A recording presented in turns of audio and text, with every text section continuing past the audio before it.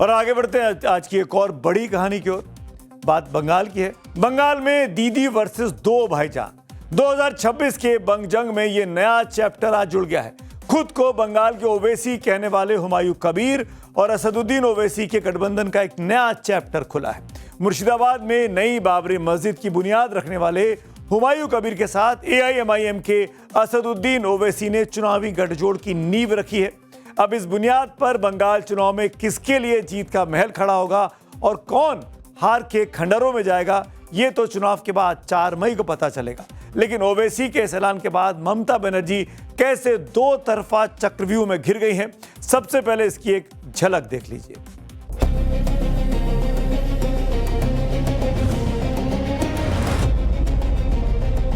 हाथों की लकीरों पे मत जाए गालिब, नसीब उनके भी होते हैं जिनके हाथ नहीं होते। ओवैसी किसी मेले में बिछड़े हुए जुड़वा भाई की तरह है भाजपा के साथ। सिचुएशन बहुत खराब है ममता जी के लिए। इस बार बंगाल में सनातनी सरकार।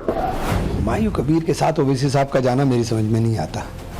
ममता बनर्जी को उखाड़ फेंकने वाला है जनता। हवाई चप्पल सफेद साड़ी, एक दीदी पूरे भाजपा में भारी। देखना दिलचस्प होगा कि इस बार ममता भारी पड़ती है या उनके खिलाफ दो तरफ से हुई व्यू रचना भारी पड़ती है। ममता बनर्जी के खिलाफ पहली व्यू रचना बीजेपी ने की है, हिंदू वोट बैंक के ध्रुवीकरण वाली। दूसरा चक्रव्यूह अब हुमायूं कबीर और ओवैसी ने गठबंधन का ऐलान करके रच दिया है, क्योंकि इस सियासी मेल का मकसद मुस्लिम वोटों को दीदी के खिलाफ लामबंद करना माना जा रहा है। अब इसे इत्तेफाक तो नहीं कहा जा सकता कि हैदराबाद में असदुद्दीन ओवैसी हुमायूं कबीर की पार्टी आम जनता उन्नयन पार्टी के साथ गठबंधन का ऐलान करते हैं। वहीं दूसरी ओर कोलकाता में बीजेपी के नेता और बंगाल विधानसभा में नेता प्रतिपक्ष शुभेंदु अधिकारी पूजा करने के लिए काली घाट मंदिर पहुंचते हैं, तो वहीं मुख्यमंत्री ममता बनर्जी ईद के मौके पर नमाज में शामिल होती हैं। वैसे भी चुनावी राजनीति में टाइमिंग और मैसेजिंग का बहुत अहम रोल होता है। शुभेंदु अधिकारी के मंदिर दर्शन की मैसेजिंग भी बहुत ही क्रिस्टल क्लियर है और हुमायूं कबीर और ओवैसी के गठबंधन का मैसेज भी बहुत ही क्लियर कट माना जा रहा है। बंगाल चुनाव अब मजहबी ध्रुवीकरण के रंग में रंगता जा रहा है, लेकिन ममता बनर्जी को टीएमसी ऐसी फाइटर दीदी नहीं कहती आई है। दीदी ने भी इन दोनों चक्रव्यूह को तोड़ने वाले तीर अभी से चलाने लगे। आगे बढ़ने से पहले इसकी एक बानगी जरा देखिए। टुकड़ाएगा जो हमसे टुकड़ाएगा, जो हमसे टुकड़ियाए जाओ। আর একটা বলে যায় পাঞ্জাবিদের শায়রি, साल फारूसी को तमन्ना, साल फारूसी को तमन्ना आज हमारा दिल में है, देखते हैं जोड़ किसका बाजुए कतिल में है।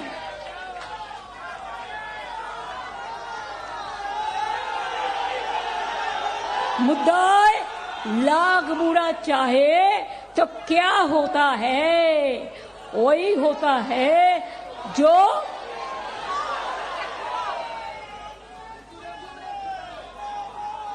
क्या है बोलिए, जो मंजूरे खुदा होता है।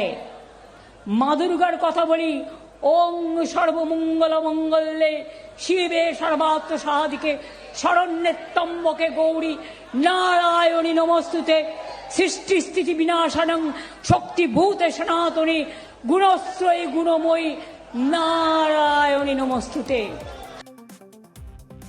ममता बनर्जी के भाषण का ये अंश उनकी इलेक्शन स्ट्रेटेजी की सैंपलिंग है। वो खुद भी बोल रही है, मां दुर्गा भी।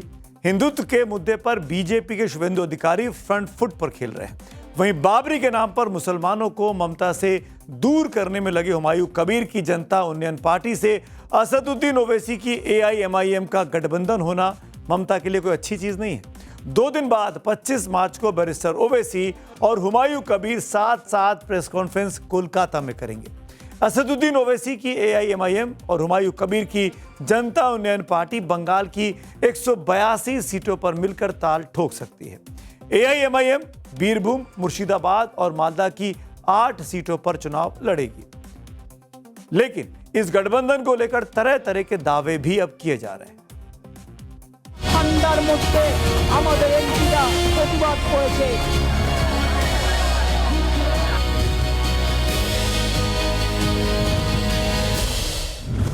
ममता बनर्जी का बंगाल बना नया इलेक्शन साइट। ओवैसी की डायरेक्ट एंट्री के बाद पॉलिटिकल फाइट अब और टाइट। ओवैसी ने रखा क्या तर्क, टीएमसी नेता क्यों बोले नहीं पड़ेगा कोई फर्क। मजलिस इत्तेहादुल मुस्लिमीन ने ये फैसला लिया है कि मगरबी बंगाल में हुमायूं कबीर साहब की जो पार्टी है उनके साथ मजलिस इत्तेहादुल मुस्लिमीन एक अलायंस करेगी और मजलिस के उम्मीदवार उस अलायंस का हिस्सा बनकर हम मगरबी बंगाल के इलेक्शन में हिस्सा लेंगे। असल ओवैसी और बंगाल के ओवैसी बने हुमायूं का चुनावी दांव। क्या सच में बंगाल से उखड़ेंगे ममता दीदी के सियासी पांव? बंगाल के चुनावी दंगल पर किसकी क्या राय? असदुद्दीन ओवैसी ने हुमायूं कबीर से मिलकर बंगाल में बाबरी का कनेक्शन जोड़ा। क्या सच में ममता बनर्जी की चौथी बार बंगाल विजय वाली हसरतों पर पानी फेरा? बंगाल में कोई फर्क नहीं पड़ता है। बीजेपी कम्युनल पार्टी, वो एक कम्युनल पार्टी, इसमें कोई फर्क नहीं पड़ता। हम इंसान के साथ हैं, 24/7 सारा साल करते हैं। तो यहाँ पर हमारे कोई फर्क नहीं पड़ता कौन किसके साथ क्या कर रहा है। ये सब बीजेपी फंडिंग है। कौन आ रहा है, कौन नहीं आ रहा है, किधर हो रहा है, कैसे क्या कर रहा है, वो जाने, उनका काम जाने, हमें अपने से मतलब है। अर्जुन को मछली की आंख दिखती थी, हमें भी आंख दिखती है। बंगाल में अगर मुस्लिम वोट बटेगा तो किसकी हार का पर्चा कटेगा? भले ही तुम कितनी भी क्यों ना ताकत लगा लो बंगाल में, क्योंकि बंगाल का हिंदू आज जान चुका है अगर हमें बंगाल में रहना है तो हमें भगवा सरकार को ही जिताना है। क्योंकि बांग्लादेशी मुसलमानों को ममता बनर्जी अपने वोट बैंक का बढ़ाने के चक्कर में पूरे बंगाल को सर्वनाश कर रही है। बंगाल में ध्रुवीकरण वाला खेला, अपना वोट बैंक कैसे बचाएगी ममता बनर्जी? 2026 में आपको दिखाएगा और ये नाम याद रखिएगा, ममता बनर्जी बंगाल की नारी, हवाई चप्पल सफेद साड़ी, एक नाड़ी 100 पे भारी। आगे बढ़े उसके पहले बंगाल में आखिरकार मुस्लिम वोट क्यों इंपॉर्टेंट है? बंगाल में तकरीबन 30% मुस्लिम वोट है। 2010 के बाद से ही बंगाल में मुस्लिम वोटर टीएमसी का कोर वोट बैंक रहा।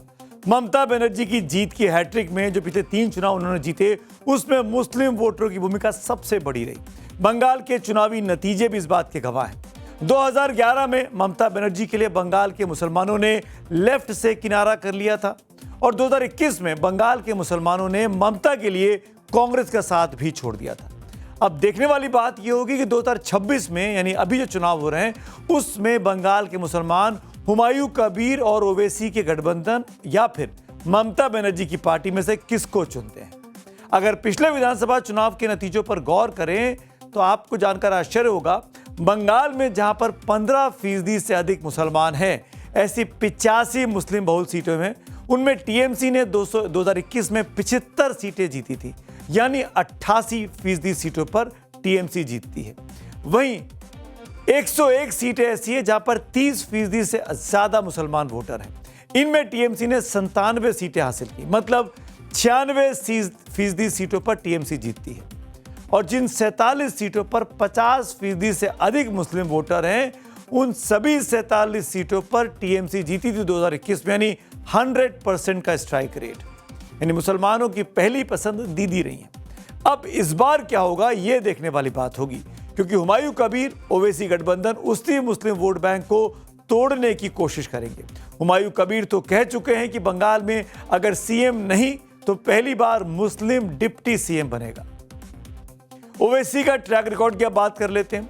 असदुद्दीन ओवैसी का पार्टी का ट्रैक रिकॉर्ड देखें तो बिहार में 2020 में जो विधानसभा चुनाव हुए उसमें एमआईएम को 5 सीटें मिली थी, और अभी जो पिछले साल चुनाव हुए 2025 में, तो वो 5 सीटों पर ही रहे। वहीं बंगाल में अगर बात की जाए, ओवैसी की पार्टी ने पिछली बार यानी 2021 में 6 सीटों पर चुनाव लड़ा था और 1 सीट भी वो नहीं जीत पाए थे। वजह यह माना गया कि बंगाल में मुस्लिम वोटर टैक्टिकल वोटिंग करता है, यानी उसकी पहली प्राथमिकता बीजेपी को हराने की रहती है, ना कि नए विकल्प को आजमाने की। इसीलिए टीएमसी अभी भी खुद को मुसलमानों की सेफ चॉइस मान रही है। साथ ही ममता बनर्जी ने अपने चौतरफा काउंटर गेम प्लान को भी जमीन पर अब उतार दिया है। कैसे, समझिए इसको। दीदी ने एक तरफ इमाम, मुअज्जिनों और हिंदू पुरोहितों का भत्ता चुनाव के ठीक पहले बढ़ा दिया। दूसरी ओर वो सेक्युलर नैरेटिव मजबूत करने की कोशिश कर रही हैं। तीसरी ओर बंगाल के वोटरों में बीजेपी को बड़ा खतरे के तौर पर दिखाने में जुटी हुई है कि वो आएंगे तो तोड़ देंगे। साथ ही हिंदू वोट के लिए भी वो सॉफ्ट हिंदुत्व की राह पर निकल चुकी हैं, कई सारे मंदिरों का उद्घाटन कर चुकी हैं, कई सारे का शिलान्यास कर रही हैं। अगर ओवैसी की बात की जाए तो ओवैसी की पार्टी क्या कह रही है ये भी अब आपको दिखाएंगे। अब ओवैसी को साथ लेकर हुमायूं कबीर की सियासी हसरत तो यही है कि बंगाल में मुसलमानों के लिए टीएमसी का विकल्प वो बने, लेकिन ममता बनर्जी की हर मुमकिन कोशिश होगी कि ऐसा हरगिज ना हो। वहीं बंगाल के मुस्लिम वोटों पर फुरफुरा शरीफ का भी गहरा असर माना जाता है। फुरफुरा शरीफ दरगाह के पीरजादा तोहा सिद्दीकी का सपोर्ट ममता बनर्जी को अभी तक रहता आया है, लेकिन उनके भाई हैं नौशाद सिद्दीकी जो कि एक अलग पार्टी आईएसएफ बनाकर पश्चिम बंगाल की 23 विधानसभा सीटों के लिए उम्मीदवारों की घोषणा कर चुके हैं। ये ऐलान सीपीआईएम के साथ गठबंधन वाली बातचीत के बीच किया गया। इसकी इनसाइड स्टोरी क्या है, इसे हमारे सहयोगी पूजा मेहता से समझ लेते हैं। फुरफुरा शरीफ जिस पार्टी को अपना समर्थन दे दे, मान लीजिए कि उस पार्टी की उस चुनाव में जीत लगभग जो है निश्चित है। 2011 में जब ममता बनर्जी चुनाव जीती विधानसभा का, तब कहा जाता है कि फुरफुरा शरीफ के पीरजादा तोहा सिद्दीकी ने ऐलान कर दिया था कि वो ममता बनर्जी को अपना समर्थन देंगे। ठीक 2021 के विधानसभा चुनाव से पहले एक और पीरजादे फुरफुरा शरीफ के अब्बास सिद्दीकी ने ऐलान कर दिया था कि वो ममता बनर्जी का विरोध करते हैं और तृणमूल कांग्रेस का विरोध करते हैं, और अब जो है अपनी एंट्री पॉलिटिक्स में करेंगे और एक नई पार्टी को फ्लोट भी करेंगे।